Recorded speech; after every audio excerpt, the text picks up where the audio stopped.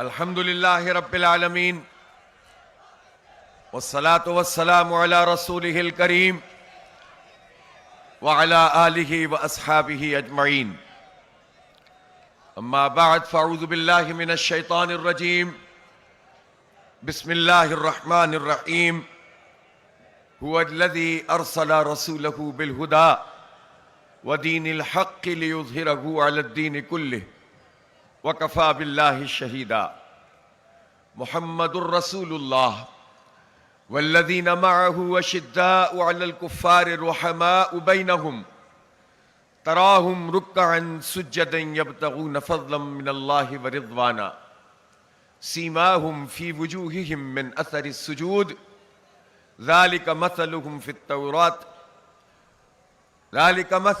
التوراة ومثلهم في الإنجيل كزرع اخرج شطأه فآزره فاستغلظ فاستوى على سوقه يعجب الزراع ليغيظ بهم الكفار وعد الله الذين آمنوا وعملوا الصالحات منهم مغفرة وأجرا عظيما صدق اللہ العلی العظیم۔ وہ اللہ ہی ہے جس نے اپنے رسول کو ہدایت کے ساتھ اور دین حق کے ساتھ بھیجا تاکہ وہ اس نظام زندگی کو، اس دین کو دنیا کے تمام نظام ہائے زندگی پر، مکمل جنس دین پر غالب کر دے اور ظاہر کر دے، اور اللہ کے لیے گواہی کافی ہے۔ محمد صلی اللہ علیہ وسلم اللہ کے رسول ہیں، اور جو لوگ ان کے ساتھ ہیں وہ انکار کرنے والوں پر سخت اور آپس میں رحیم ہے۔ تم جب دیکھو گے انہیں رکوع و سجود اور اللہ کے فضل اور خوشنودی کی طلب میں مشغول پاؤ گے۔ سجود کے اثرات ان کے چہروں پر موجود ہیں جن سے وہ الگ پہچانے جاتے ہیں۔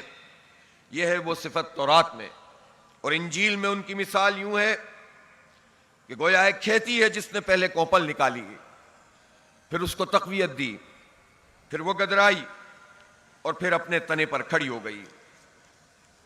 کاشت کرنے والے کو وہ خوش کرتی ہے تاکہ کفر کرنے والے یا انکار کرنے والے ان کے پھلنے پھولنے پر جلیں۔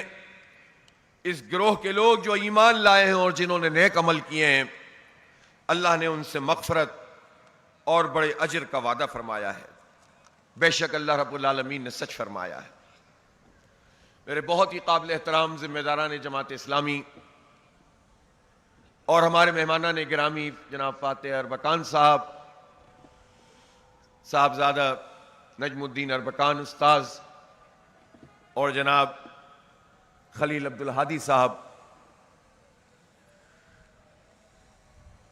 میری بہت ہی قابل احترام ذمہ داران جماعت اسلامی حلقہ خواتین ڈاکٹر حمیرہ طارق صاحبہ اور ان کی ٹیم، میرے بہت عزیز نوجوانوں، بزرگوں، میرے بیٹوں بیٹیوں، میرے بھائیوں بہنوں، سچی بات یہ ہے کہ جب اس نوعیت کا کوئی اجتماع شروع ہوتا ہے تو اس میں بہت سے مسائل ہوتے ہیں، مشکلات ہوتی ہیں، رہائش کے مسئلے ہوتے ہیں، کھانے کے معاملات ہوتے ہیں، انتظامی چیزیں ہوتی ہیں، اور اتنی محنت، اتنی کوشش، ہزاروں لوگوں کی تگ و دو کے بعد یہ بستی یہاں سج جاتی ہے، لوگ اس میں ڈھل جاتے ہیں، اور جب لوگ ایک دوسرے کے عادی ہو جاتے ہیں اور جب اس سے مانوس ہو جاتے ہیں تو پھر یہ کہا جاتا ہے کہ جائیے، یہاں سے چلے جائیے، اور اپنے اس پیغام کو پھر بستی بستی، قریہ قریہ، کوچہ کوچہ، ہر جگہ پہ جا کر پھیلا دیجیے۔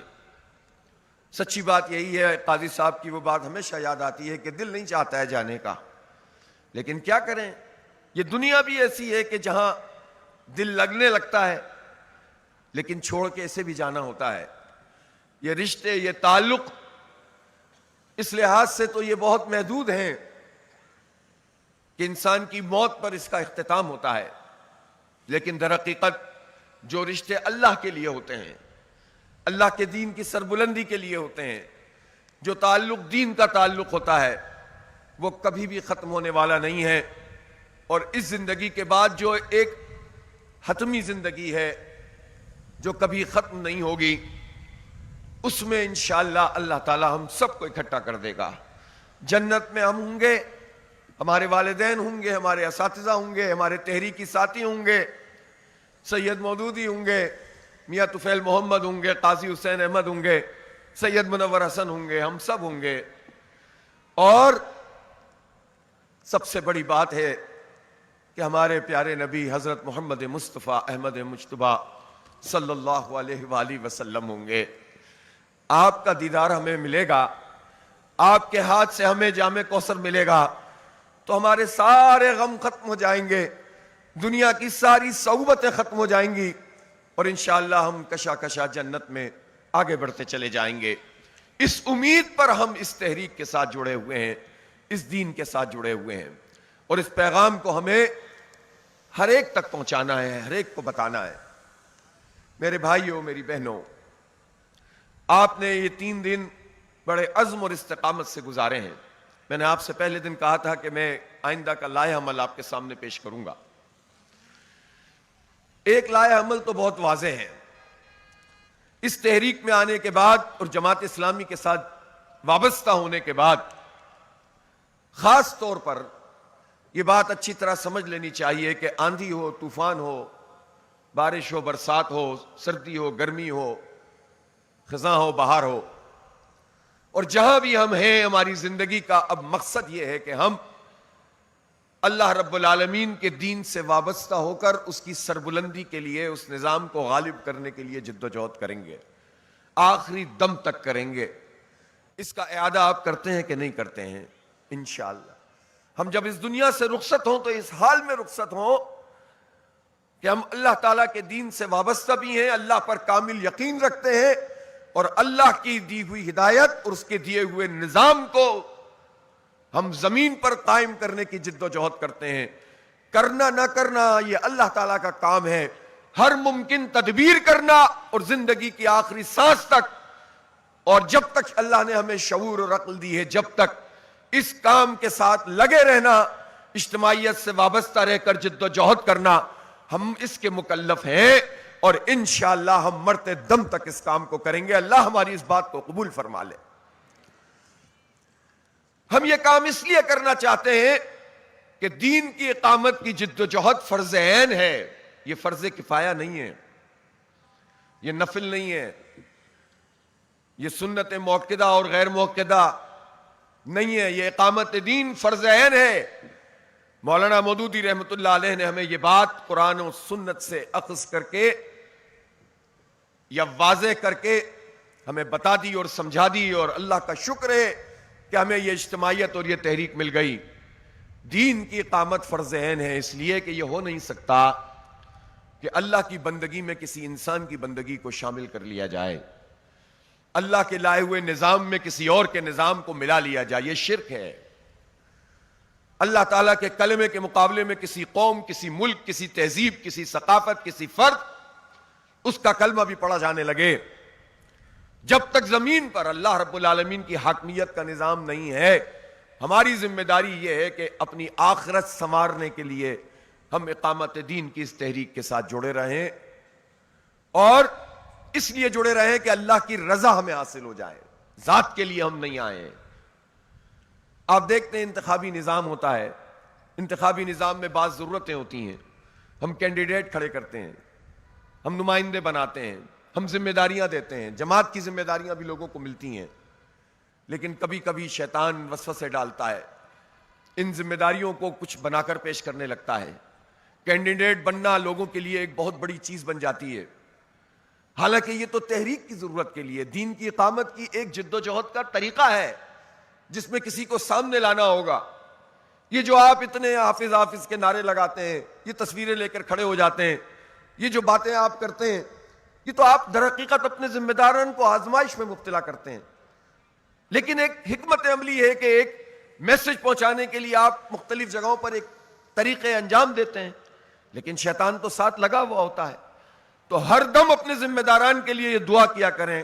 میں اپنے لیے بھی آپ سے درخواست کرتا ہوں کہ یہ دعا کیا کریں کہ اللہ ریا سے بچا لے، دنیا پرستی سے بچا لے، دنیا کے کسی مفاد کو ہمارے ذہنوں اور دلوں میں اور دماغوں میں کبھی بھی نہ آنے دے، اور ہماری جو بھی کوشش ہو، جو جدوجہد ہو، جو حکمت عملی ہو، خالصتاً للہ ہو، خلوص اس میں شامل کر دے۔ اس لیے ہم جماعت اسلامی میں ممبر بننے کے لیے نہیں آئے، کینڈیڈیٹ بننے کے لیے نہیں آئے، ہم جماعت اسلامی میں اپنا نام اونچا کرنے کے لیے نہیں آئے۔ نام اونچا صرف اللہ رب العالمین کا ہے، اس کے دین کا ہے، اس کے ساتھ وابستہ ہوں گے، اور جو اجتماعیت طے کرے گی وہ ہمارے لیے سب کچھ ہوگا، کیونکہ نظم و ضبط کے بغیر تحریکیں فضاؤں میں تحلیل ہو جاتی ہیں، ہواؤں میں بکھر جاتی ہیں۔ اس اجتماعیت کے ساتھ جڑے ہیں تو عقیدے اور نظریے کے ساتھ جڑے ہیں، اور اس اجتماعیت کے ساتھ جڑے ہیں تو سمع و اطاعت کے نظام کے ساتھ جڑے ہیں۔ مجھ سمیت کسی کی کوئی حیثیت علیحدہ سے نہیں ہے، اس اجتماعی نظام میں ہم شامل ہیں۔ ہم احترام کرتے ہیں اپنے تمام ساتھیوں کا۔ یہ نظم کا کام ہوتا ہے کہ کس کو کہاں پلیس کرنا ہے، کس کو کہاں رکھنا ہے۔ آپ توجہ دلا سکتے ہیں، بتا سکتے ہیں، لیکن یہ مطلب نہیں ہوتا اس بات کا کہ میں کچھ بن جاؤں، آپ کچھ بن جائیں، اور ہر ایک اپنی اپنی ڈفلی اور اپنا اپنا راگ بجائے۔ اس لیے یہ اجتماعیت ہے، اور یہی ہماری اسٹرینتھ ہے، یہی ہماری طاقت ہے۔ پاکستان میں اگر کوئی بحران ہے پارٹیوں میں، کسی کا بحران ہے، ڈسپلن نہیں ہے، مفاد پرستی ہے، دولت کی بنیاد پر فیصلہ ہے، جاگیر کی بنیاد پر فیصلہ ہے، اس کی اپنی حکمتیں انتخابات کی ہوتی ہیں۔ لیکن میں ایک بات واضح کرنا چاہتا ہوں، بات سے بات نکل رہی ہے، اسی لیے ہم نے یہ طے کیا کہ قومی انتخابات تک جب تک اس کا شیڈول اناؤنس نہیں ہوگا، ہمارا کوئی کینڈیڈیٹ نہیں ہے، کسی کو کینڈیڈیٹ بننے کی ضرورت نہیں ہے۔ بہت واضح بات ہے۔ ریاست ہے رب کی دھرتی، رب کا نظام، اجتماعی عمل۔ کسی کو یہ بات پسند ہے تو پوری طرح ہمارے ساتھ مل کر کام کرے، کسی کو یہ بات پسند نہیں ہے، اچھی نہیں ہے، اللہ تعالیٰ نے اس کو پورا جو مرضی ہے وہ کرے، لیکن ہماری جماعت میں جو چلے گا انشاءاللہ اس نظام کے تحت چلیں گے، سمع و اطاعت کے نظام کے تحت چلیں گے۔ اور کینڈیڈیٹ کون ہے؟ ایک ایک کارکن کینڈیڈیٹ ہے، ایک ایک ہماری بہن اور بیٹی کینڈیڈیٹ ہے۔ اس لیے کہ مولانا مودودی نے جماعت کے کارکن کے لیے کہا تھا کہ تم مرجع خلائق ہو۔ یہ مرجع خلائق کسی قومی اسمبلی کے امیدوار کو نہیں کہا تھا، کسی سابق امیدوار اور سابق ممبر کو نہیں کہا تھا، یہ مرجع خلائق ہر کارکن کو کہا تھا کہ جس سے خلق رجوع کرے، جس سے اپنے مسئلے کو شیئر کرے، جس سے اپنی خوشی شیئر کرے، جس سے اپنا غم اس میں شراکت کرے۔ تو آپ جب کسی کے غم اور خوشی میں احساس شراکت اس کو دیتے ہیں تو آپ اس کے دل پر اثر انداز ہوتے ہیں، اس کے دماغ پہ اثر انداز ہوتے ہیں۔ اس طرح تحریک آگے بڑھتی ہے۔ وَمَنْ أَحْسَنُ قَوْلًا مِّمَّنْ دَعَا إِلَى اللَّهِ وَعَمِلَ صَالِحًا وَقَالَ إِنَّنِي مِنَ الْمُسْلِمِينَ۔ یہ دعوت اللہ کا ایک طریقہ ہے۔ وَلَا تَسْتَوِي الْحَسَنَةُ بِالسَّيِّئَةِ ادْفَعْ بِالَّتِي هِيَ أَحْسَنُ۔ یہ دعوت کا طریقہ ہے کہ آپ لوگوں کو اپنے ساتھ ملاتے چلے جاتے ہیں اور ان کو اپنے ساتھ شامل کرتے چلے جاتے ہیں۔ اس لیے جماعت اسلامی سے وابستہ ہر فرد جماعت اسلامی کا نمائندہ ہے، چاہے اسے نمائندگی کے لیے کھڑا کیا جائے یا نہ کھڑا کیا جائے۔ اس پر ہمارے ہاں کوئی ضد اور بحث نہیں ہوگی کہ مجھے آگے آنا ہے کہ تجھے آگے آنا ہے۔ یہ اللہ کے دین کا کام ہے۔ جس کو جماعت نومینیٹ کرے گی، چاہے وہ ہمارا مزدور ہو، کسان ہو، چاہے بہت پیسے والا ہو، چاہے اس کے پاس زمین ہو، چاہے نہ ہو، وہ سب جماعت کے ممبر ہوں گے۔ پوری اسپرٹ سے، اس کی روح سے ہمیں جماعت کا کام کرنا ہے۔ کسی کو قبول ہے تو ٹھیک ہے، جس کو نہیں قبول ہے تو بھی اس کی مرضی ہے۔ صاف ستھری بات ہے۔ اور میں اب اسی پیمانے پر پوری جماعت میں ایک ایک ضلع کا اور ایک ایک تحصیل کا اور ایک ایک مقامی جماعت کا انشاءاللہ جائزہ بھی لوں گا۔ جماعت کو طاقتور بنائیے، دین کی تحریک کو طاقتور بنائیے، اجتماعیت کو منظم کیجئے، افراد خود بخود آگے آتے چلے جائیں گے۔ افراد کا انکار نہیں کرتے ہم، ہر فرد کی اپنی ایک صلاحیت ہوتی ہے، ہر فرد کا اپنا ایک مزاج ہوتا ہے، لیکن یہ نظم کا کام ہوتا ہے کہ اس کو ساتھ لے کر چلے۔ تو یہ بات سمجھ میں آ گئی کہ نہیں آ گئی ہے؟ اچھی طرح آ گئی ہے۔ اب آئیے چند باتیں میں آپ سے اس طرح کرنا چاہتا ہوں کہ جب اتنا بڑا کام لے کر ہم اٹھے ہیں، پورے نظام کو چیلنج کرنے کی بات کرتے ہیں، اللہ کی حاکمیت کو قائم کرنے کی بات کرتے ہیں، تو جب ہم جد و جہد کرتے ہیں تو ہم چلتی پھرتی تصویر ہوتے ہیں جماعت اسلامی کی، اس دعوت کی، تو کیا چیزیں ہیں جو ہم میں تبدیل ہونی چاہیے؟ اگر خرابی ہے تو ٹھیک ہونا چاہیے، کمزوری ہے تو اس کو ختم ہونا چاہیے۔ پہلی بات یہ ہے کہ نمازوں کا اہتمام کریں سب لوگ پابندی سے، اور نماز کو اس کی روح کے مطابق۔ میں نے آپ کے سامنے جو آیت تلاوت کی اس میں یہ بات لکھی ہوئی تھی کہ سجود کے آثار ان کے چہروں سے نمایاں ہوتے ہیں۔ مولانا مودودی اس کی تشریح میں لکھتے ہیں کہ اس کا مطلب وہ گٹا نہیں ہوتا جو ماتھے پہ پڑ جاتا ہے، جس کو دیکھ کر بندہ کہے یہ نمازی ہے، بلکہ اللہ تعالیٰ ایک خاص قسم کی کیفیت سے اور نور سے ہمکنار کر دیتا ہے، اس پر وہ اتار دیتا ہے کہ جو اللہ تعالیٰ کے ساتھ وابستہ ہو جاتا ہے۔ اس کی نمازیں اللہ تعالیٰ سے ملاقات ہوتی ہیں، گفتگو ہوتی ہے، سرگوشی ہوتی ہے، اور وہ بہت مشہور حدیث قدسی ہے کہ جب بندہ کہتا ہے الحمدللہ رب العالمین تو اللہ کی طرف سے جواب آتا ہے، پھر دوسری آیت، پھر تیسری آیت، پھر چوتھی آیت۔ تو یہ اللہ سے تبادلہ خیال ہے، کاش کہ ہمیں ایسی نمازیں میسر آ جائیں جس میں ہم اللہ تعالیٰ سے ہم کلام ہوں، بات چیت کرتے ہوں، تو پھر تو ہماری ساری چیزیں آگے بڑھتی چلی جائیں گی اور بیڑے پار ہوتے چلے جائیں گے۔ قرآن پاک کو ہمیشہ اپنی زندگی کا حصہ بنا لیں۔ کھائے بغیر زندگی گزارنا مشکل ہے، تو یہ کیسے ممکن ہے کہ قرآن کے بغیر زندگی گزر رہی ہو؟ روز قرآن کی تلاوت کریں، روز پڑھیں، تھوڑا پڑھیں لیکن روز پڑھیں، کوئی نہ کوئی آیت یاد کرنے کی کوشش کریں۔ اور ایک ہدف میں آپ کو یہاں دے رہا ہوں کہ آپ میں سے ہر شخص اگر تو اس کو قرآن پاک پڑھنا نہیں آتا، کسی وجہ سے رہ گیا، تو شرم نہ کرے، آج سے اس کا آغاز کرے۔ آج سے اس دن کی شرم سے بچیں جب یہ قرآن حجت بن کر ہمارے سامنے آ کر کھڑا ہو جائے گا۔ آج سے پڑھنا شروع کر دیں، کوئی مسئلہ نہیں ہے، ہر چیز میں دستیاب ہے، سپارے سے آغاز کریں۔ اور ایک ایک فرد کم از کم اگلے 4-5 مہینے میں کسی ایک فرد کو قرآن پڑھانا سکھا دے۔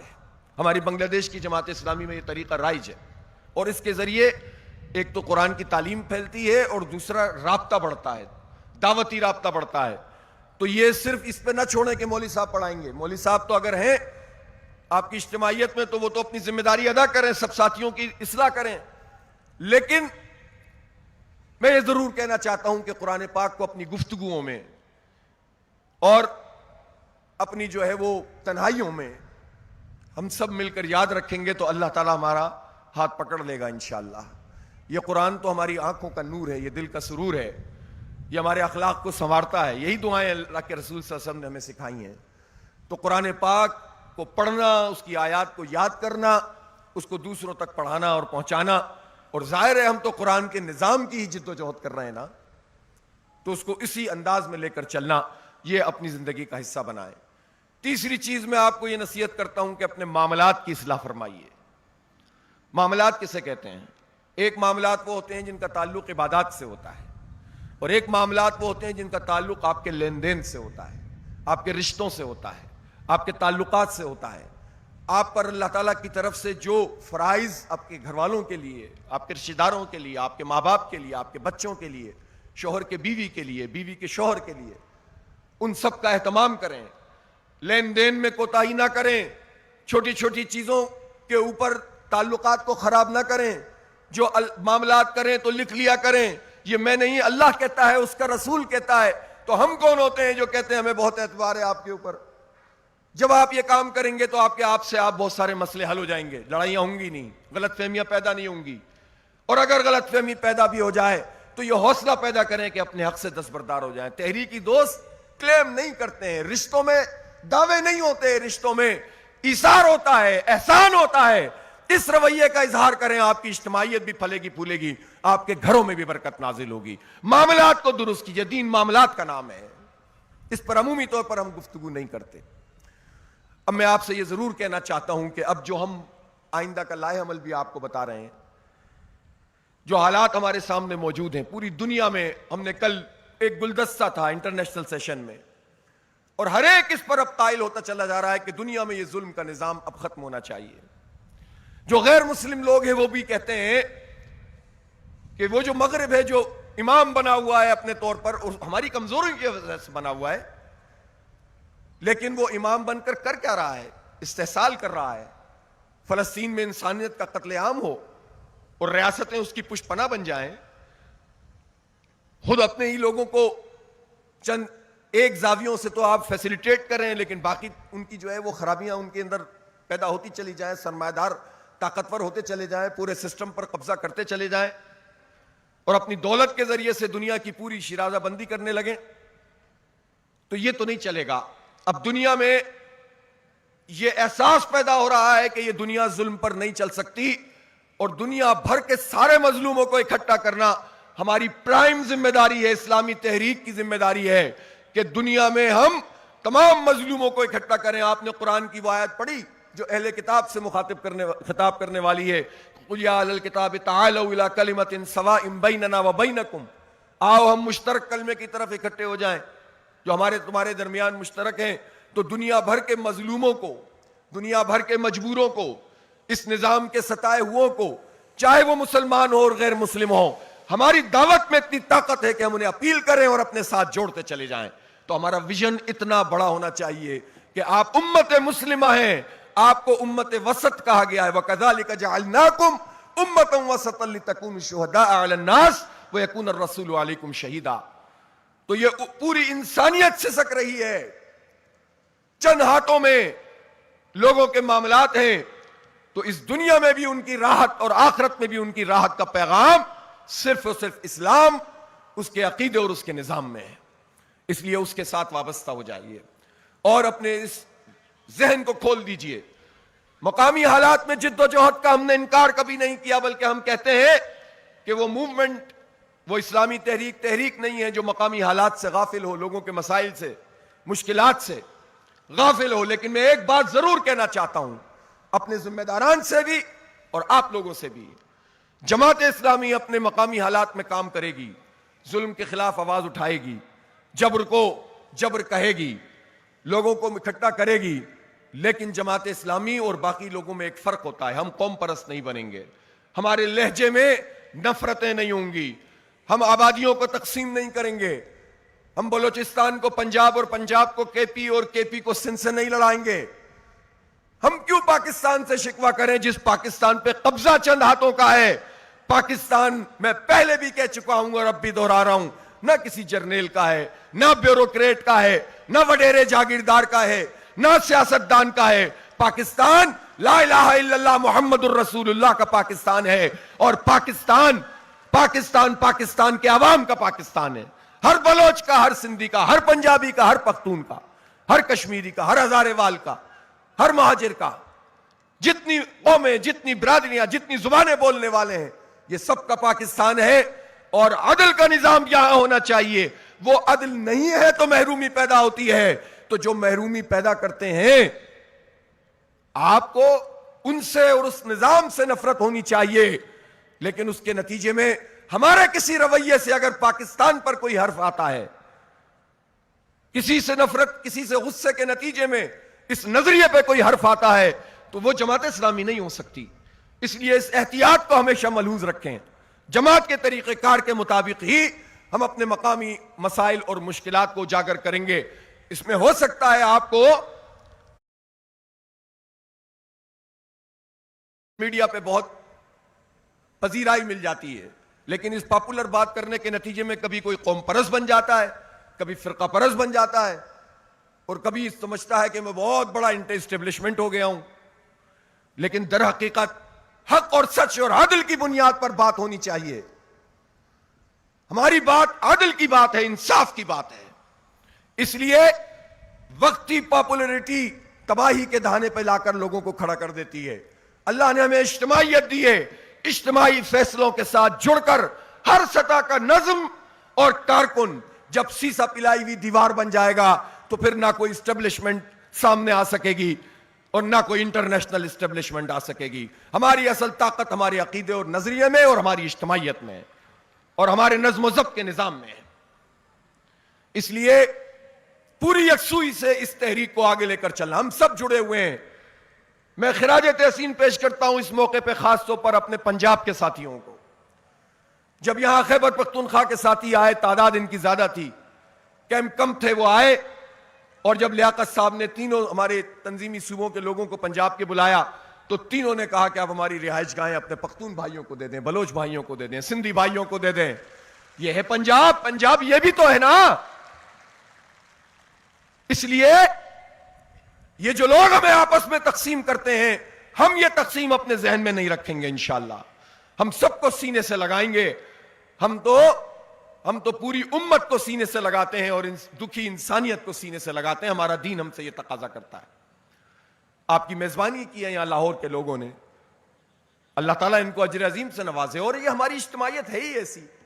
ہم کوئٹہ میں بھی جا کر اجتماع کریں گے تو انشاءاللہ یہ ہماری اسی طرح سے میزبانی کریں گے جس طرح پنجاب کے ساتھیوں نے میزبانی کی ہے. یہ بھی اپنی رہائش گاہیں خالی کر دیں گے آپ کے لیے انشاءاللہ. یہ ہماری اجتماعیت کی طاقت ہے. میرے بھائیو اور دوستو, ہمارے جو ایجنڈا میں آپ کے سامنے پیش کر رہا ہوں اس کے 3 حصے ہیں. ایک وہ حصہ ہے جس کا تعلق بین الاقوامی ایشوز سے ہے. ہم یہ چاہتے ہیں کہ پاکستان کی خارجہ پالیسی آزاد خارجہ پالیسی ہو. ہماری آزادی اور خود مختاری پر نہ امریکہ کو ڈاکہ ڈالنے کا کوئی حق ہے, نہ کسی اور ملک کو ڈاکہ ڈالنے کا حق ہے. ہم دوستی کریں گے تو عزت اور وقار کے ساتھ, اور ہماری لڑائی اور اختلاف ہو تو وہ بھی اپنی اصول اور وقار کے ساتھ ہونا چاہیے.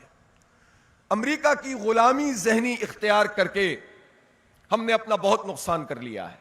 یہ جو پورے خیبر پختونخوا میں امن کا مسئلہ ہے, بلوچستان میں امن کا مسئلہ ہے, یہ امریکی غلامی کو اوڑھنے کے نتیجے میں ہے. اور ہمیشہ حکمرانوں نے یہ کہا کہ اس کے نتیجے میں ڈالر ملیں گے, معیشت ٹھیک ہو جائے گی, اور ہمیشہ امریکہ نے ثابت کیا کہ وہ کسی کا بھی وفادار نہیں ہے.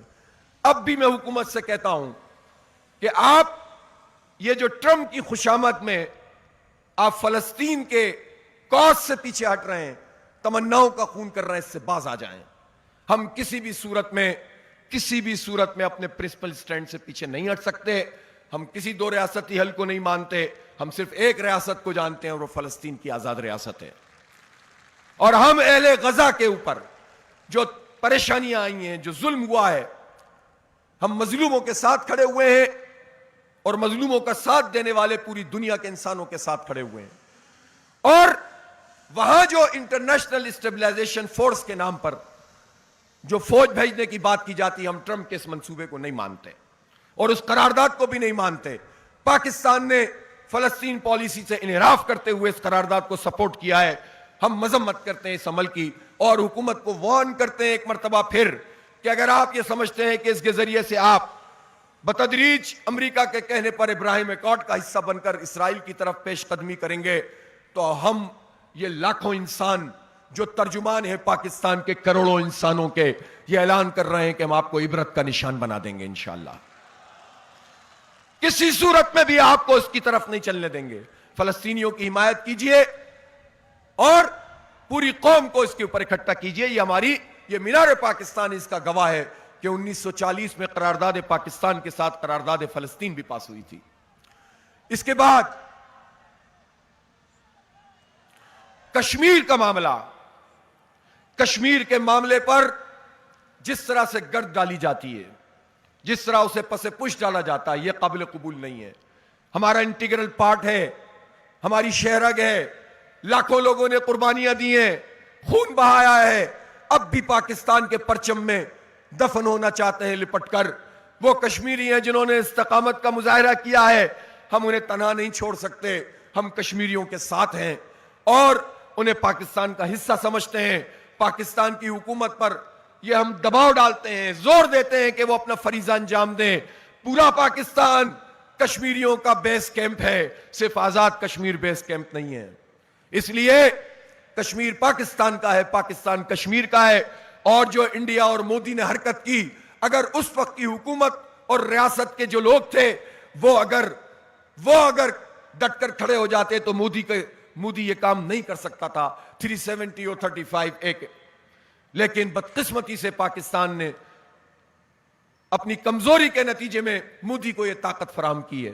بہرحال اب بھی ایک علاج ہے کہ اقوام متحدہ کی قراردادیں موجود ہیں. ان قراردادوں کے مطابق حق خود ارادیت کشمیریوں کو ملنا ہوگا اور ان کی ہر ممکن مدد کرنا ہماری ذمہ داری ہے. اگر کشمیر پر کسی ثالثی کے نتیجے میں امریکہ کی محبت میں اور اس کی ثالثی کے چکر میں حکمران طبقہ اگر ان کے حق خود ارادیت سے غافل ہوا تو پاکستانی قوم بخشے گی نہیں انشاءاللہ. تو کشمیر اور فلسطین ہماری بہت واضح لائن ہے. یہ پاکستان کے لیے, یہ امت کے لیے, ہمارے دین کے لیے اور جماعت اسلامی کے لیے یہ ریڈ لائن ہے. ہمارے اس ایجنڈے کا لائحہ عمل کا دوسرا حصہ وہ ہے کہ جس میں ہم یہ چاہتے ہیں کہ پاکستان میں 65% تقریباً 30 سال تک کی عمر کے لوگ ہیں, اور 30 سال تک کی عمر کے جو لوگ ہیں ان میں جو 14 سال سے زیادہ کے ہیں وہ جنریشن زی کہلاتے ہیں. یہ جنریشن زی صرف پاکستان میں نہیں بلکہ پوری دنیا میں ایک دوسرے کے ساتھ کنیکٹڈ ہے. حالات جیسے بھی ہوں, سوشل میڈیا میں اس کی بہت ساری خرابیاں بھی ہیں, لیکن اس کے نتیجے میں ایک کنیکٹیوٹی پیدا ہو گئی ہے. تو ذہن بھی ایک جیسے ہو گئے ہیں, اسٹائل بھی ایک جیسا ہو گیا ہے, نعرے بھی ایک جیسے ہو گئے ہیں, میمز بھی ایک جیسی ہو گئی ہیں, سوچ بھی ایک جیسی ہو گئی ہے. اور اس جنریشن زی کی کچھ خصوصیات بھی ہیں. یہ نوجوان ہیں, یہ کچھ کرنا چاہتے ہیں, آگے بڑھنا چاہتے ہیں. یہ نوجوان ہیں, یہ سوال کرتے ہیں. یہ نوجوان ہیں, یہ انرجیٹک ہیں. یہ نوجوان ہیں اور یہ چاہتے ہیں کہ انہیں کوئی ٹاسک دیا جائے اور وہ کام کریں. بدقسمتی سے پاکستان میں اس نوجوان طبقے کو جتنا محروم رکھا گیا ہے, آپ سوچیں تعلیم کے دروازے ان پر بند ہیں. نوجوان کا مطلب صرف پیسے والا نوجوان تو نہیں ہوتا, کسان نوجوان بھی ہوتا ہے, غریب نوجوان بھی ہوتا ہے, مزدور نوجوان بھی ہوتا ہے, ریڑھی بان بھی ہوتا ہے, بھٹے پہ کام کرنے والا بھی ہوتا ہے, مڈل کلاس نوجوان بھی ہوتا ہے, دفتروں کے چکر لگانے والا بھی ہوتا ہے, یونیورسٹیوں کالجوں میں پڑھنے والا بھی ہوتا ہے, اور ملازمتیں کرنے والا بھی ہوتا ہے. تو یہ سارے نوجوان اتنی بڑی تعداد میں ہیں. 80-90% لوگوں کو تو آگے بڑھنے کا حق ہی نہیں ہے اس طبقاتی نظام تعلیم کی وجہ سے. پھر روزگار کے مواقع نہیں ہیں. یہی حال خواتین کا ہے. ظاہر آدھی خواتین ہیں, اس میں بچیاں ہیں. تو ان کے لیے نعرے لگیں گے, ان کو زندہ باد مرد آباد پہ لگایا جائے گا, لیکن ان کے لیے کسی کے پاس کوئی پروگرام نہیں ہے. اس جنریشن زی کا ہاتھ آپ کو پکڑنا ہے انشاءاللہ. یہ جماعت اسلامی اس جنریشن زی کے سر پر ہاتھ رکھے گی. ہم ان کو پڑھائیں گے, ان کو آگے بڑھائیں گے, اور ان کے لیے ہمارا ایک لائحہ عمل یہ ہے کہ ایک بات تو یہ ہے کہ جو ہمارا آئی ٹی کا انیشیٹو ہے, آپ یہ کہیں گے کہ آپ سیاسی, یہ آوازیں بند کریں ساری, یہ جو سیاسی لائحہ عمل کا اعلان کر رہے ہیں تو اس میں یہ پڑھانے کی بات کہاں سے آ گئی؟ دیکھیں دنیا بدل رہی ہے. سیاست لکھی ہوئی جملوں پر نہیں ہوتی. اب آپ نے پڑھ لیا تھا 100 سال پہلے, کسی کمیونسٹ نے لکھ دیا کہ سیاست ایسے ہوتی ہے, ویسے ہوتی ہے, ایسے طریقے چلتی ہیں, ویسے چلتی ہیں. دنیا بدل گئی ہے, اسٹائل بدل گیا ہے. اب کنیکٹیوٹی چاہیے. اس لیے میں آج زی کنیکٹ پروگرام کا اعلان کر رہا ہوں جماعت اسلامی کی طرف سے. زی کنیکٹ پروگرام کیا کرے گا؟ یہ نوجوانوں کو ہم آئی ٹی کی ایجوکیشن میں جو ہم کر سکتے ہیں وہ کریں گے. جو ہم کر سکتے ہیں کریں گے. ہم ریاست نہیں ہیں, ہم حکومت نہیں ہیں, لیکن ہم عوام کے ذریعے, عام لوگوں کے فنڈ سے, چندوں سے انشاءاللہ اپنی نوجوان نسل کو بنو پقابل پروگرام کے تحت آئی ٹی کے کورسز بھی کرائیں گے, آگے چل کر ڈگری پروگرام میں بھی لے کر جائیں گے, ایڈوانس کورسز بھی کرائیں گے, اور انشاءاللہ ان کو اس قابل کریں گے کہ یہ اپنا روزگار حاصل کر سکیں. دوسرا اسکل ڈیولپمنٹ. مزید ایک تو آئی ٹی کی اسکل ہو گئی, اور دوسرا جو ووکیشنل ٹریننگ ہوتی ہے, پلمبرنگ کا کام, اس میں جو ہے وہ سولر کا کام, موبائل کا کام, الیکٹریشین کا کام, یہ چھوٹے چھوٹے کام. پھر پیرامیڈیکل اسٹاف کی کمی ہے پاکستان میں, تو جماعت اسلامی اور الخدمت کے ذریعے ہم جتنا ممکن ہو سکے گا انشاءاللہ اس جنریشن زی کو یہ ہنر بھی سکھائیں گے, ہنر کے ساتھ وابستہ کریں گے انہیں, پوزیٹیوٹی. تیسری چیز, یہ کچھ کسی ہنر کے قابل ہو جائیں گے, ان کے سٹارٹ اپس کے لیے لوگوں کو کنیکٹ کریں گے انڈسٹری کے ساتھ. اور ہمارا جو مائکرو فائنینسنگ کا پروگرام ہے وہ بھی ان کی مدد کرے گا. انٹرپرینیورشپ جسے آپ کہتے ہیں, جسے آپ اسکل ڈیولپمنٹ کے ساتھ ساتھ سٹارٹ اپس کہتے ہیں, وہ بھی انشاءاللہ تعالی ہم کروائیں گے. تو اس طرح یہ نوجوانوں کو ایک کمپریہنسو, ایک پورا. پھر بہت امپورٹنٹ ہے سپورٹس, اور لڑکوں کے لیے بھی اور لڑکیوں کے لیے بھی. اللہ تعالیٰ نے کسی تفریح سے منع نہیں کیا ہے, حدود اور قیود میں ہو تو سب چیزیں جائز ہیں. اسپورٹس کا کتنا بڑا برا حال ہے, گراؤنڈز لوگوں کو اویلیبل نہیں ہے. جو کلبز بن گئے وہ پیسے بہت ہوتے ہیں. جس طرح تعلیم طبقات میں تقسیم ہو گئی ہے اسی طرح کھیل بھی طبقات میں تقسیم ہو گئے ہیں. اب غریبوں کے لیے اور مڈل کلاس کے لیے اکیڈمیز بھی نہیں ہیں. تو انشاءاللہ ہم ٹیلنٹ ہنٹ پروگرام لائیں گے اور اس کے ذریعے سے ان نوجوانوں کو اسپورٹس کے بھی اس شعبے میں آگے بڑھائیں گے. لیکن ایک اور بات بھی سمجھ لیجئے, خوگر ہم سے تھوڑا سا گلا بھی سن لے. یہ جنریشن زی ہے تو بہت اچھی, بڑی انرجیٹک ہے, بہت کام کرتی ہے, انقلابات لے کر آ رہی ہے. لیکن اس جنریشن زی کا مسئلہ ایک اور بھی ہے, اور وہ یہ ہے کہ اس کا فوکس نہیں ہوتا. اس لیے نہیں ہوتا, اس میں اس کا قصور نہیں ہے.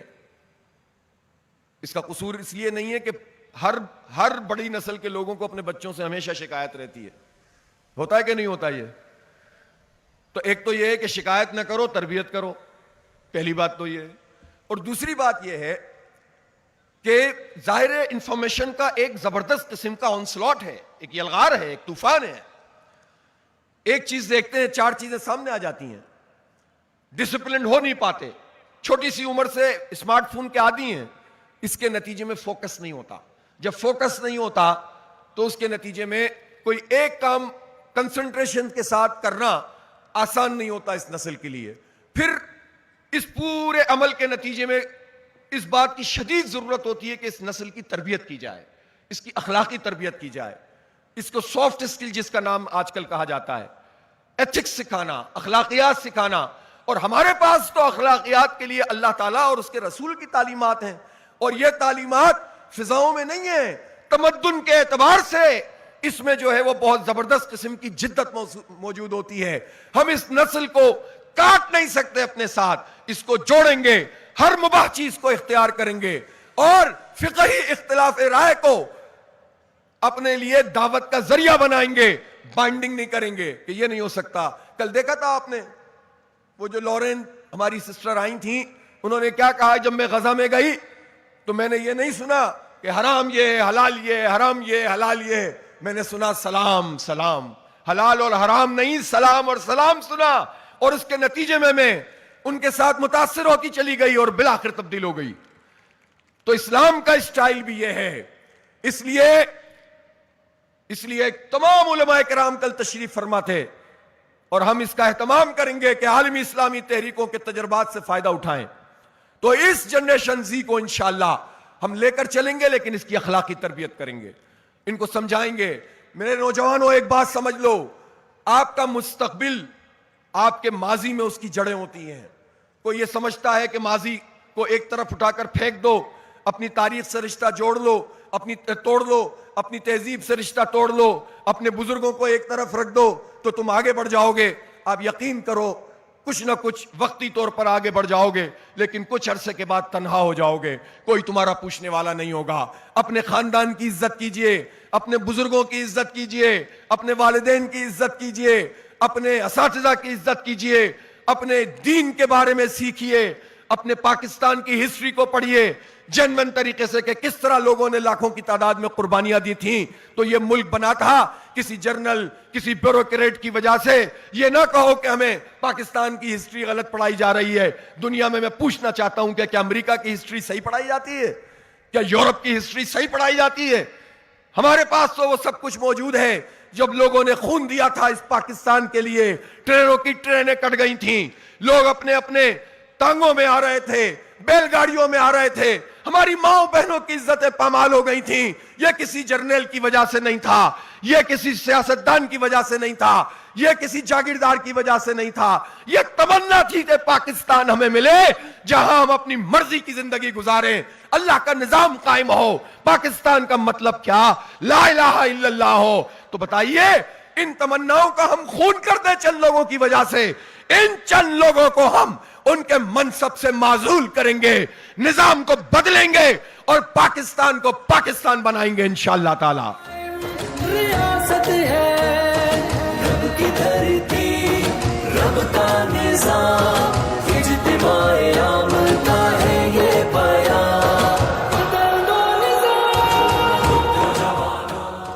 پاکستان کسی جغرافیے کا نام نہیں ہے, زمین کے ٹکڑے کا نام نہیں ہے کہ ہم اسے پوجیں. ہم عقیدے کی وجہ سے اس کو پوچھتے ہیں. جبھی تو ہمارے مشرقی پاکستان کے لوگوں نے جانیں قربان کر دیں, لوگوں نے کہا غلط فیصلہ کیا ہے. لوگوں نے کہا دیکھو کتنی قربانیاں دینی پڑ رہی ہیں. باتیں کرنے والے تو تحریکوں کے بارے میں بھی باتیں کرتے ہیں, تحریکیں ختم ہو جاتی ہیں, 75 سال میں ختم ہو جاتی ہیں, 50 سال میں ختم ہو جاتی ہیں. دیکھو کیسا غلط فیصلہ ہے, پھانسیوں پہ چڑھ گئے. اس وقت البدر الشمس کیوں بنائی تھی, یہ کیا کیا تھا, وہ کیا کیا تھا. حق اور سچ کی بنیاد پر کھڑے رہے تھے. پاکستان کو جغرافیے کے لیے نہیں, عقیدے کی بنیاد پر اس کی حفاظت کی تھی. اگر بے وفائی پاکستان کی فوج نے کی تھی, اگر بے وفائی وزیر اعظم اس وقت کا جو اپنا کیا نام ہے اس وقت کا جو جنرل یحییٰ خان تھا اس نے کی تھی, اگر بھٹو نے کی تھی, تو یہ بے وفائی پاکستانی قوم نے تو نہیں کی تھی. تو ہم ان کی وجہ سے عقیدے اور نظریے سے تو نہیں ہٹ سکتے تھے. تو یہ فیصلہ کیا انہوں نے, اپنا مقامی فیصلہ کیا. مشرقی پاکستان کے لوگوں نے, بنگلہ بولنے والوں نے فیصلہ کیا, ڈٹے رہے, قربانیاں دیتے رہے, گرد و سرم سہتے رہے, پھانسیاں کے پھندے پہ پچھلے 15 سال میں جھولتے رہے, اور اللہ تعالیٰ نے حق کو حق کر دکھایا, باطل کو باطل کر دکھایا, اور شیخ حسینہ واجد کو ایئر لفٹ سے اٹھانا پڑ گیا. یہ نظریے کی طاقت ہے, یہ عقیدے کی طاقت ہے. پاکستان جغرافیہ کا نام نہیں ہے, ورنہ 1000 کلومیٹر سے زیادہ کا فاصلہ طے کر ایک دوسرا پاکستان تھا. اب بہرحال وہ بنگلہ دیش بن گیا ہے. انشاءاللہ یہ بنگلہ دیش بھی اس عقیدے کے مطابق ہی چلے گا. آپ نے ان محبتوں کو دیکھ لیا ہے جو وہاں کے عوام میں آج موجود ہیں, یہ جماعت اسلامی کی وجہ سے. اس لیے کوئی ایسا ایڈونچر جس کے نتیجے میں باطل طاقتور ہو جائے, انڈیا طاقتور ہو جائے, کچھ نعروں کی وجہ سے آپ یہ کہنے لگیں کہ جناب اس سے تو اچھا ہے کہ ہم اس کے ساتھ چلے جائیں. او بھائی, تاریخ کا سبق یاد رکھیں, آپ کچھ نہیں ملنے والا. اس ملک کی قدر کریں اور اس ملک کو اس کا وہ نظام دیں جس کے لیے لوگوں نے قربانی دی تھی. اس لیے ہم بدل دو نظام کی تحریک آ کے لے کر چلنا چاہتے ہیں. بات سمجھ میں آ گئی ہے کہ نہیں آ گئی ہے؟ سب کے سمجھ میں آ گئی. اب بات یہ کہ کرنا کیا ہے. یہ زی کنیکٹ پروگرام بھی ساتھ ساتھ چلے گا. جماعت اسلامی وہ ماڈل لے کر آ رہی ہے جو پاکستان کی پولیٹیکل پارٹیز میں کسی کے پاس نہیں ہے. ایک طرف اس نظام کے خلاف تحریک چلائیں گے اور دوسری طرف اپنے حصے کا چراغ جلائیں گے. یہ کام کوئی نہیں کرتا, آپ کریں گے انشاءاللہ تعالی. کیسے ہوگا؟ اللہ مدد کرے گا. دونوں کام ساتھ ساتھ چلیں گے. اب ہمیں کرنا یہ ہے کہ یہاں سے جانے کے بعد آپ کے پاس 2-3 اہداف ہیں. اب تک آپ نے ممبرشپ کیمپین کی تھی, پچھلے سال کی تھی یا نہیں کی تھی؟ تو یہ 20 لاکھ ممبر تقریباً بن گئے تھے. لیکن 20 لاکھ ممبرز بن جائیں اور کنیکٹیویٹی ان سے کم ہو اور مزید ممبر نہ بنے تو کوئی بڑا انقلاب, کوئی بڑی تبدیلی کیسے آ سکتی ہے؟ لہٰذا ایک کام آپ کے کرنے کا یہ ہے کہ اگلے 1 سال میں ہمیں اپنی ممبرشپ کو 50 لاکھ تک پہنچانا ہے. کریں گے کہ نہیں کریں گے پہلے تو مجھے بتائیں. بن سکتے ہیں کہ نہیں بن سکتے؟ 50 لاکھ ممبر بنائیں گے انشاءاللہ. ایک کام. دوسرا کام یہ ہے کہ ہم نے آپ سے کہا تھا عوامی کمیٹیاں بنائیں گے, محلوں کی سطح پر اور دیہاتوں کی سطح پر. لاکھوں دیہات ہیں پاکستان میں. ہمارا ہدف یہ ہے کہ اگلے سال 1 سال میں انشاءاللہ ہماری یہ کمیٹیاں جو اب تقریباً 15,000 تک ہو گئی ہیں, ان کو ہم 50,000 پر لے کر جائیں گے. کتنے پہ؟ 50,000 عوامی کمیٹیاں. یہ نہیں کہ آپس میں ہی بانٹ لیں, نئے لوگوں کو اس میں شامل کریں, ان کے صدر بنائیں, سیکرٹری بنائیں اور کام دیں ان کو, مختلف ایکٹیویٹیز دیں. وہ سب تفصیل ہم آپ کو بتا چکے ہیں. تو 50 لاکھ ممبرز, 50,000 کمیٹیاں.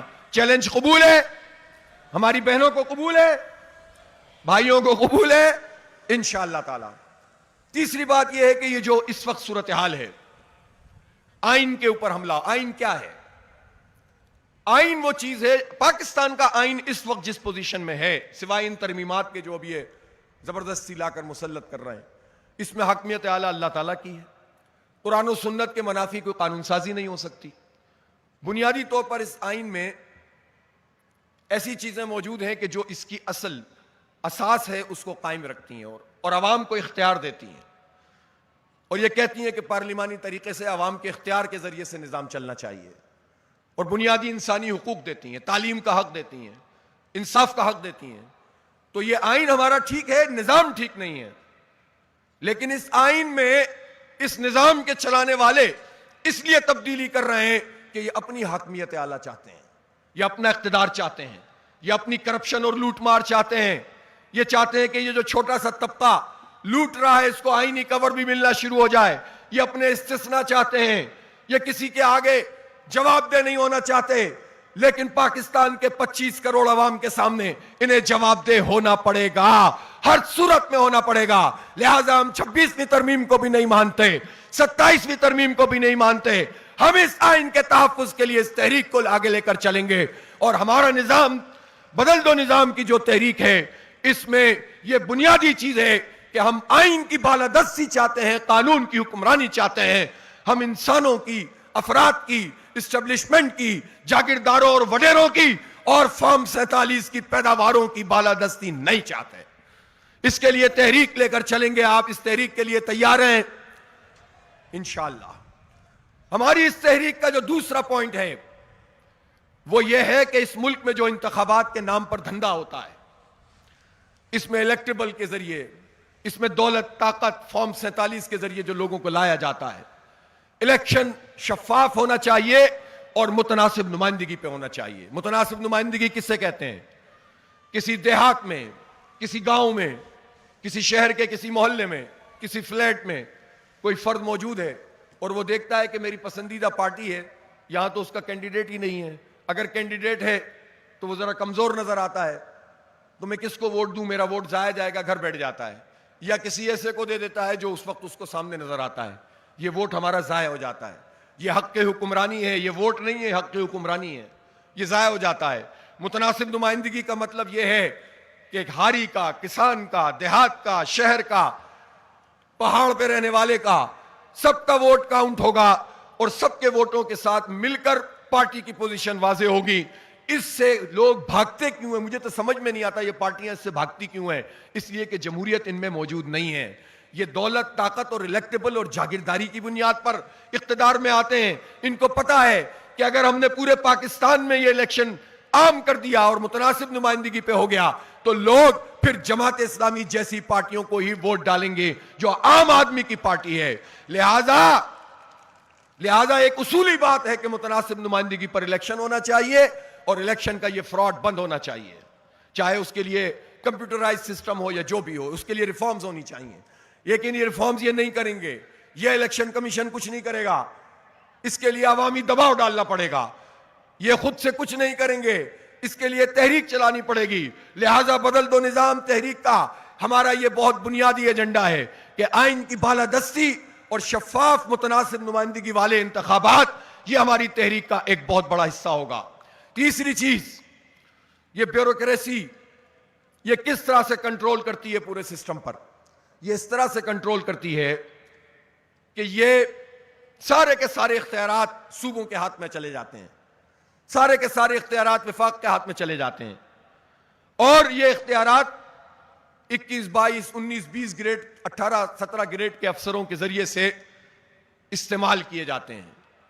آئین میں یہ لکھا ہوا ہے کہ مالیاتی, سیاسی اور انتظامی اختیارات مقامی حکومتوں کو منتقل کیے جائیں, لیکن یہ مقامی حکومتوں کا انتخاب ہی نہیں کراتے جو ہمارے سیاسی نام نہاد سیاسی لوگ ہیں, اور اگر کرا دیں تو سارے اختیارات اپنے پاس رکھتے ہیں.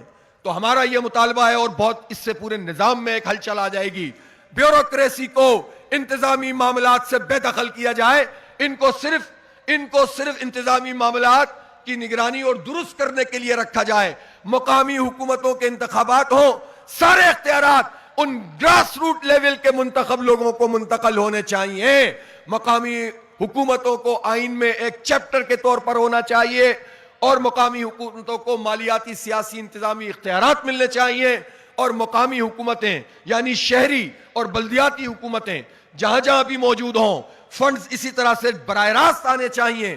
ٹیکس لیا جاتا ہے وفاق میں, پھر صوبوں کو دے دیا جاتا ہے, صوبے ناک بن کر بیٹھ جاتے ہیں. مقامی حکومتوں کا نظام ہوگا جس میں براہ راست شہری حکومتوں کے پاس اور بلدیاتی حکومتوں کے پاس فنڈز آئیں گے, تو جو گراس روٹ لیول پر لاکھوں لوگ منتخب ہوں گے وہ عوام کے سامنے جواب دہ ہوں گے. تو یہ نظام بیوروکریسی کے ہاتھ سے نکل کر عوام کے منتخب لوگوں اور جنون لوگوں کے ہاتھ میں جائے گا. یہ جنون طریقہ ہے کسی بھی معاشرے کو آگے بڑھانے کا, لیکن چند لوگوں کی اجارہ کا نظام. ایک افسر ہوتا ہے CSS کا, اس نے ایک امتحان پاس کیا ہوتا ہے, ٹھیک ہے 10 کتابیں پڑھ لی ہوں گی, لیکن وہ کبھی جو ہے وہ معیشت میں اکنامی کا سیکرٹری بن جاتا ہے، کبھی جو ہے وہ خارجہ کا سیکرٹری بن جاتا ہے، کبھی داخلہ کا سیکرٹری بن جاتا ہے، کبھی قانون کا سیکرٹری بن جاتا ہے۔ بھائی کیا گیدر سنگھی تمہارے پاس ہے سوائے اس کے کہ تم انگریز کے بنائے ہوئے نظام میں ڈھلے ہوئے ہو اور قوم پر حکمرانی کرتے ہو، تم قوم کے حاکم بن کر فیصلوں کے اوپر اپنا اختیار رکھتے ہو۔ تمہارے اندر کوئی ایسی صلاحیت نہیں ہے۔ جو صلاحیت ہے وہ کسی ایک فیلڈ میں ہونی چاہیے اور اس کے مطابق اپنا کام کرنا چاہیے اور ایڈمنسٹریشن کرنی چاہیے، لیکن اختیارات ان کے ہاتھ میں نہیں ہونے چاہیے۔ تو یہ بات سمجھ میں آ رہی ہے کہ نہیں آ رہی؟ تو نظام کی اگر تبدیلی آپ کو لانی ہے تو مقامی حکومتوں کا نظام، اور میں پنجاب سے دیکھیں میں ایجنڈے کا اعلان کر رہا ہوں بدل دو نظام کے لاہ عمل کا۔ میں پنجاب کے تمام 3 ہمارے عمرہ صوبہ ہیں، وسطی، شمالی اور جنوبی پنجاب، یہاں جو بلدیاتی ایکٹ آ گیا ہے، آپ ہماری لاہ عمل کا اعلان کا انتظار نہ کریں۔ یہ تینوں صوبوں کے عمرہ ذرا تشریف، 1 2 طارق سلیم صاحب، ڈاکٹر صاحب، یہ تینوں میں آپ سے عرض کر رہا ہوں آج سے، اور لاہور، اسلام آباد، یہ تینوں 4 5 جو ہمارے لوگ ہیں، یہ آج سر جوڑ کر بیٹھ جائیں اور اس جعلی بلدیاتی ایکٹ کے خلاف تحریک شروع کریں۔ میں انشاءاللہ خود لیڈ کروں گا آپ کو۔ یہ پنجاب کا نہیں، پاکستان کا مسئلہ ہے۔ سندھ کا نظام آپ نے دیکھ لیا، تباہ حال نظام ہے۔ جماعت اسلامی کے پاس 9 ٹاؤنز ہیں، الحمدللہ تعمیر و ترقی کا سفر بغیر اختیار کے شروع کر دیا ہے، چھوٹے سے اختیار کے ساتھ اپنا کام آگے بڑھانا شروع کر دیا ہے۔ ہمیں میئر سے محروم کیا گیا اور اصل میں یہ کراچی کو نہیں، منی پاکستان، پھر بھی ہم کام کر رہے ہیں، لیکن وہاں بھی اختیارات جاگیردار اور وڈیرے اپنے ہاتھ میں رکھتے ہیں، لوگوں کے پاس منتقل نہیں کرتے۔ میں خیبر پختونخوا کی بھی حکومت سے کہنا چاہتا ہوں، آپ نے تو بڑے دعوے کیے تھے، 12 سال سے پاکستان تحریک انصاف کی حکومت ہے، لیکن بلدیاتی اختیارات خیبر پختونخوا بھی نچلی سطح پر منتقل نہیں کیے گئے ہیں، اور وہی بیوروکریسی اور چند ایم پی ایس کے ہاتھ میں سب کچھ دے دیا جاتا ہے، جس سے عوام کو ریلیف نہیں ملتا۔ اس لیے، اور یہی بلوچستان کا حال ہے، اب جا کر کوئٹہ میں انتخاب اناؤنس ہوا ہے، اسلام آباد کا انتخاب کوئی 10 دفعہ آگے بڑھا دیا ہے۔ یہ بندرباٹ نہیں چلے گی کہ صوبائی حکومتیں جب چاہیں گی ایکٹ تبدیل کر کے بلدیاتی انتخاب کو آگے بڑھائیں گی۔ یہ ہمارے لیے، ہماری جمہوریت کے لیے، ہمارے اختیار کے لیے، پاکستان کے عوام کے لیے بنیادی بات ہے۔ تم صوبوں کی باتیں کر کر لوگوں کو لڑوا تو دیتے ہو، کرتے کراتے کچھ نہیں ہو، لیکن جہاں اختیار دے سکتے ہو وہاں کیوں نہیں دیتے ہو؟ جو اختیار آئین کہتا ہے وہ تو اس پر عمل نہیں کرتے ہو۔ مقامی شہری حکومتوں کا نظام بنے گا، اس کی تحریک چلے گی، اپنے حق کے لیے ہم آگے بڑھیں گے انشاءاللہ، اور یہ بدل دو نظام تحریک کا ایک اہم حصہ ہوگا۔ تیار ہیں یہاں پر سب لوگ انشاءاللہ اس کے لیے؟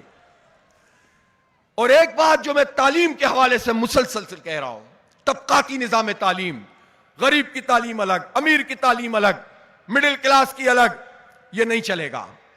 کرپشن کو ختم کرنا ہوگا، طبقات میں تقسیم نہیں کرو قوم کو، یہ ہمارے ایجنڈے کا حصہ ہے، اس پر میں تفصیل سے بات کر چکا ہوں۔ اور جو امن ہے، امن، زندگی نہیں ہو تو پھر آدمی کیا کرے گا؟ پوری ہماری یہ بیلٹ، خیبر پختونخوا کے سارے علاقے، جنوبی خیبر پختونخوا، وسطی، مالاکنڈ، سب پریشان حال ہیں، بدامنی ہے، دہشت گردی ہے۔ معاملات کا ادراک بھی کرو، افغانستان کے ساتھ معاملات کو درست کرو، مل کر بیٹھو، کسی بھی طریقے سے امن کو تلاش کرو۔ ہم نہیں کسی ایک طرف جاتے، لیکن ہم یہ جانتے ہیں کہ ہمارے خیبر پختونخوا ہو یا بلوچستان، اس کی امن کی کنجی افغانستان میں ہے۔ اس کے ساتھ معاملات کو درست کیا جائے اور مذاکرات کے ذریعے مسئلہ حل کیا جائے۔ جس سے لڑنا چاہیے انڈیا اور اسرائیل، اس کے لیے تو ٹرمپ کی آشیرواد حاصل کرتے ہو، اور جس سے بات چیت کر کے محبت سے رہنا چاہیے، اس کے لیے جو ہے وہ غصے والے بیانات دیتے ہو، یہ نہیں چلے گا۔ اس لیے افغانستان کے ساتھ بات کرنی پڑے گی، اور افغانستان کو بھی یہ میک شور کرنا چاہیے کہ ان کی سرزمین پاکستان میں دہشت گردی کے لیے استعمال نہ ہو۔ اس لیے امن ہماری ضرورت ہے، یہ ہمارا ایجنڈا ہے۔ پھر تو ظاہر سی بات ہے، جب یہ نظام ہے تو اس میں کرپشن اور لوٹ مار ہے۔ خود جس کے آگے تم جھکتے ہو، IMF، اس کی رپورٹ کو اٹھا کر دیکھ لو، اس نے کہہ دیا کہ جو تمہارا فائنینشل مینجمنٹ کا نظام ہے وہ تباہ حال ہے، یہ پاکستان کی معیشت آگے نہیں بڑھا سکتا۔ تمہیں ہماری بات سمجھ میں نہیں آتی؟ اپنے انکل، اپنے آقا، اپنے ابا IMF کی بات سمجھ لو، تم نہیں چلا سکتے پاکستان، تم معیشت نہیں چلا سکتے، اس لیے کہ تم اپنی مراد چاہتے ہو، تم کرپشن چاہتے ہو، تم لوٹ مار چاہتے ہو، اپنا اختیار چاہتے ہو، تم VIP کلچر چاہتے ہو، تم فری بجلی، فری پیٹرول استعمال کرتے ہو، چھوٹا سا طبقہ یہ کام کرتا ہے، تم IPPs مافیا ہو، تم چینی مافیا ہو، تم آٹا مافیا ہو، تم آئرن مافیا ہو، اسٹیل مافیا ہو، تم اس طرح سے لوگوں کو لوٹتے ہو، کھسوٹتے ہو، کسانوں کو، کاشتکاروں کو ذلیل کرتے ہو، تم مزدوروں کو تباہ کرتے ہو، تم تعلیمی اداروں میں تعلیم کو اپنا جو ہے وہ تعلیم کا حق لوگوں کو نہیں دیتے، تو تم نہیں چلا سکتے، اس کو قبول کر لو، تم نہیں چلا سکتے۔ پاکستان کے عوام اپنی جنرل لیڈرشپ میں انشاءاللہ اس پاکستان کو چلائیں گے، یہ معیشت ترقی کرے گی، اللہ کا نظام قائم ہوگا انشاءاللہ تعالی۔ اس کے لیے میں یہ اعلان کر رہا ہوں کہ یہاں سے جانے کے بعد آپ یہ عوامی کمیٹیاں اور اس کے ساتھ ساتھ ممبرشپ بھی کریں گے، اور پورے پاکستان میں بدل دو نظام ہم تحریک منظم کریں گے، اور اگلے 3 مہینے میں کم از کم 25 شہروں میں میں خود جاؤں گا، احتجاجی جلسہ عام کریں گے، یہ ایک پوری تحریک ہوگی جو پورے پاکستان کو اپنے ساتھ جوڑ لے گی، یہ نظام اب نہیں چل سکتا۔ اسی پہ قائم ریاست ہے، رب کی دھرتی، رب کا نظام، اجتماع عام کا ہے یہ بیان۔ ہر بڑے شہر میں جلسے کریں گے، اور ہم اس کے لیے کارواں چلائیں گے، اس کے لیے انشاءاللہ تعالی ہم دھرنے دیں گے، اور یہ میں آپ کو بتا دوں کہ اگر کوئی مقامی ایسا مسئلہ آتا ہے تو دھرنے ہم نے آپ کے معاف نہیں کیے ہیں، وہ جاری رہیں گے انشاءاللہ۔ پنجاب کے لوگ تو خاص طور پر سمجھ لیں کہ اگر آپ کو اسمبلی کا گھیراؤ کرنا پڑے اس بلدیاتی ایکٹ کے خلاف جس میں جمہوریت پر شب خون مارا جا رہا ہے، اس کے لیے جاوید قصوری صاحب، ڈاکٹر طارق سلیم صاحب، جناب ضیاء الدین انصاری صاحب اور ذیشان اختر صاحب تیار ہیں کہ نہیں تیار ہیں؟ پنجاب کے لوگ تیار ہیں کہ نہیں تیار ہیں؟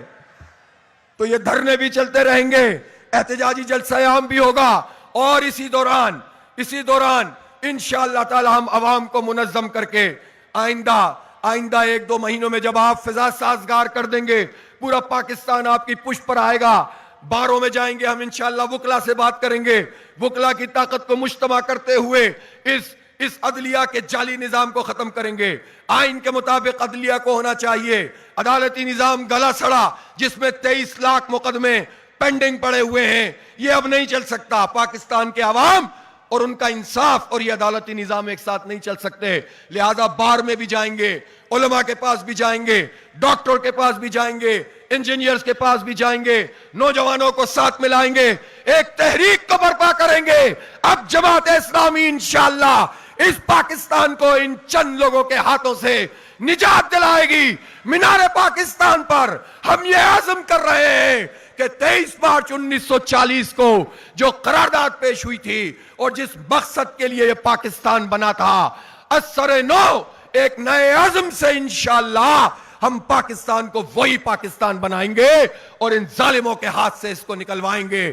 کسی کو اچھا لگے یا برا لگے، کسی طاقتور کو، کسی بندوق والے کو، کسی چھڑی والے کو اچھا لگے یا برا لگے، ہمیں اللہ کا نظام چاہیے، عدل اور انصاف چاہیے، ہمیں کسی فیلڈ مارشل کا نظام نہیں چاہیے، ہمیں وڈیرے اور جاگیردار کا نظام نہیں چاہیے، ہمیں فارم 47 والے وزیر اعظم کا نظام نہیں چاہیے، ہمیں وہ نظام نہیں چاہیے جو دولت اور طاقت کی بنیاد پر ہو۔ اللہ کا نظام ہوگا، دستور کے مطابق ہوگا انشاءاللہ۔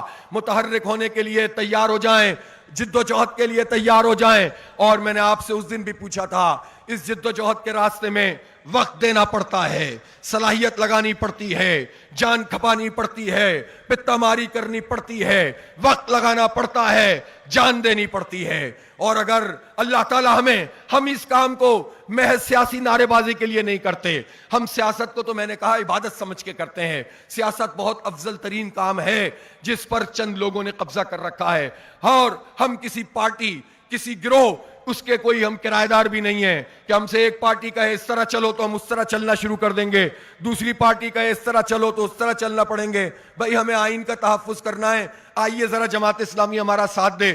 جماعت اسلامی ساتھ دے رہی ہے, تحفظ آئین والے ایک فون پہ ادھر سے ادھر چلے گئے, لیفٹ کا انڈیکیٹر دے کے رائٹ پہ نکل گئے. اب ہم اس طرح ان پولیٹیکل پارٹیوں کے دھوکوں میں نہیں آئیں گے انشاءاللہ.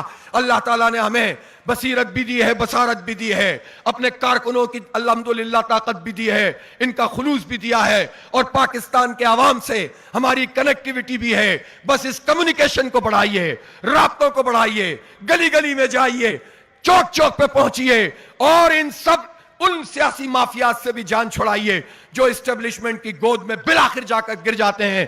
اسٹیبلشمنٹ ان پر ہاتھ رکھ دے, اسٹیبلشمنٹ زندہ باد ہو جاتی ہے, اسٹیبلشمنٹ تھپڑ مار دے, اسٹیبلشمنٹ مردہ باد ہو جاتی ہے. ان کا کوئی اصول نہیں ہے, کوئی پولیٹیکل پارٹی اصول پر نہیں کھڑی ہوئی ہے. ہم اصول پہ کھڑے ہیں, اس لیے ہم کہہ رہے ہیں کہ ٹی ایل پی سے پابندی ہٹنی چاہیے. لاکھوں لوگ ووٹ لینے والی پارٹی امانت ہے, لاکھوں لوگ ووٹ لینے والی پارٹی ٹی ایل پی ہے. کوئی اختلاف کرے, طریقہ کار سے اختلاف کرے اپنی جگہ, لیکن کون ہوتے ہیں آپ جو اس پر پابندی لگائیں؟ ہم کہتے ہیں سیاسی قیدیوں کو آزاد ہونا چاہیے. ہم میں یہ حوصلہ ہے کہ ہم کہتے ہیں کہ عمران خان کو آزاد ہونا چاہیے, اور آپ سیاسی بنیادوں پہ لوگوں کو اس طرح پابند سلاسل نہیں کر سکتے. لیکن ہم یہ بھی کہنا چاہتے ہیں کہ ہم کسی پارٹی کے زرخلید نہیں ہیں, ہم کسی کے اشاروں پر نہیں چلیں گے, اپنی بنیاد پر چلیں گے.